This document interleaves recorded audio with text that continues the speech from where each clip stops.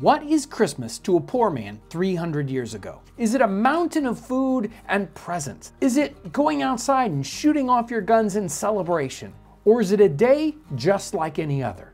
In this time period, there were several different ways to celebrate Christmas, and they were very diverse. It really depended on your cultural and religious background. Christmas is a very religious holiday, and there are very different ideas on the ways to celebrate Christmas. In the American colonies, it really depended on where you were from in England or other parts of the world. If you were somebody who was maybe in the London area, and you had an Anglican background, your Christmas is a bit more what we think of as a traditional Christmas celebration. You're going to celebrate it at Christmas time, maybe a little bit after, for as many as 2 weeks. You're going to have meals, you're going to have people visiting you, you will have presents. A classic Christmas. But that's just a small portion of the people in the American colonies. If you lived in the Northeast, maybe the Boston area, but your ancestors were from East Anglia, your Christmas tradition was very restricted. It was almost like the Puritans had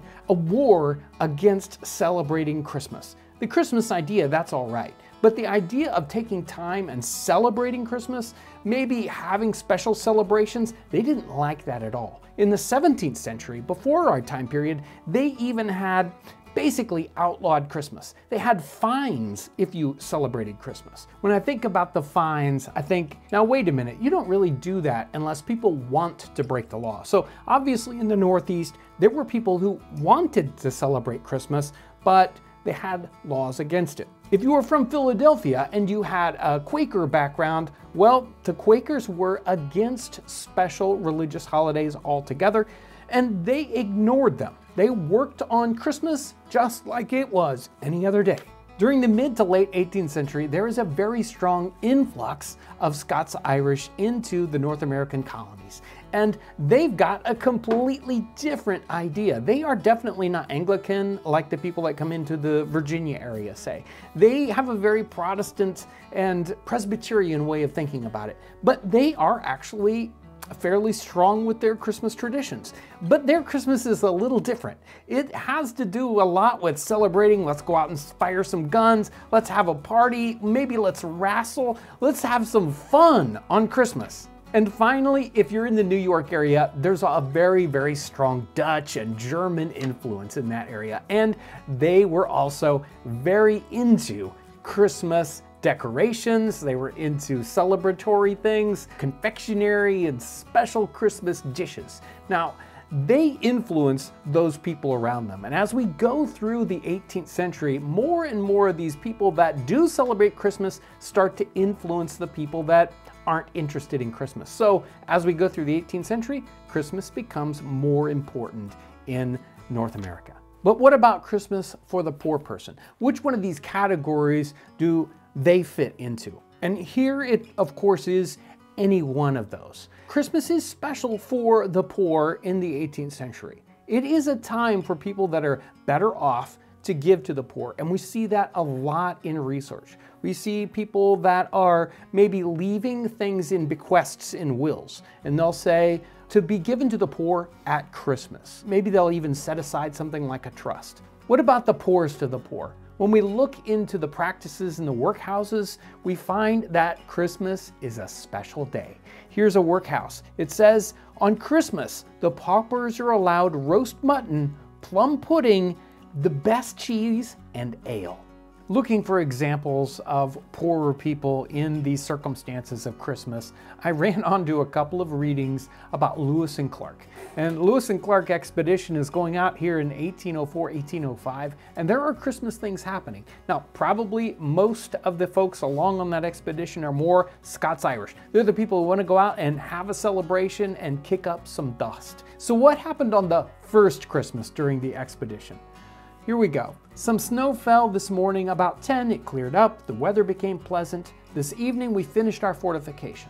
Flour, dried apples, pepper, and other articles were distributed in the different messes to enable them to celebrate Christmas in a proper and social manner.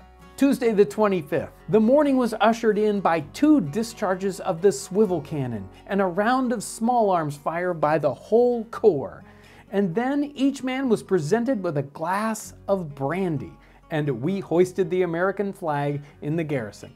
Now the second Christmas, well, this is on the way back from the coast and they are out of supplies. So this is a very different Christmas. This morning we left our camp and moved into our huts. At daybreak, all the men paraded and fired a round of small arms, wishing the commanding officers a Merry Christmas. In the course of the day, Captain Lewis and Captain Clark collected what tobacco remained and divided it amongst those who used tobacco as a Christmas gift. To the others, they gave handkerchiefs in lieu of that. We had no spirituous liquor to elevate our spirits this Christmas, but of this we had but little need, as we were all in very good health. Rich or poor, what are the standard Christmas dishes? What's the most popular thing to eat in Christmas in the 18th century? Well, boiled puddings. Those plum puddings that we see, those are the quintessential dish, even in the poorhouse. Also, roast meat, whether it's roast mutton, roast beef, a roast chicken, a roast goose, or a turkey, all are popular for dishes on Christmas Day. And a Christmas pie is also very, very popular. And most of the time, a Christmas pie here in the 18th century was a mincemeat pie. Mincemeat pie with real meat, or maybe if you're poorer, maybe a mincemeat pie without actual meat in it.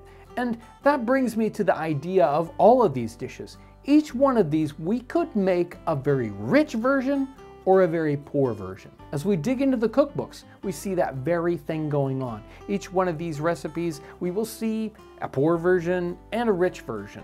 We can make a plum pudding or the classic boiled pudding, and we can put very expensive ingredients in it. We can put brandy in it. We can fill it with cream and eggs to make this extra special, huge boiled pudding. Or we can make a very meager version where just water and flour and a little suet and a few raisins go into this pudding, and we can make a very poor version. One of the things that did seem to be special about Christmas was that it was a time to take off, even if you were a poor person, or in the worst situation possible, if you were in jail doing heavy labor. And that was something that was happening in the early 19th century. But Christmas Day was one of the only days you had off, that you did not have to labor hard. And even poor people, even depending on different situations here and different cultures, Christmas was one of those days that you had as a day off. As we progress through the 18th century and the early 19th century, we do get different ideas about how to deal with the poor, both in Great Britain and North America. People do want to solve this problem because there's a lot more poor people as we go through this time period. People are writing books about it, and they're coming up with ideas like workhouses and the poorhouses, and they want a solution for this. But it all seems to come together at this idea of Christmas. And even if they're creating a workhouse where they're trying to make these people work all year, Christmas is the one day that they have off. And Christmas is the one day that they get a special meal. It's like they want to give them at least one day where they can forget that they're poor. It's interesting that the classic Christmas story that we all know, which is Dickens' A Christmas Carol, he's actually hearkening back to exactly this time period. England in the 1790s, maybe 1800. That's when he thinks the classic Christmas happens. And it had kind of sunken. Christmas wasn't as important, but it gets to Dickens's time, and he revives the idea of Christmas and points back to that classic Christmas of about 1800. As we look at the Cratchit family, we see that poor Christmas going on there. They still want it to be festive, and they take the whole day and make special dishes. They have the Christmas pudding, we have the roast bird, maybe we even have the mince pie in there hidden someplace, but they're taking a time, they're decorating, they're having a poor man's Christmas.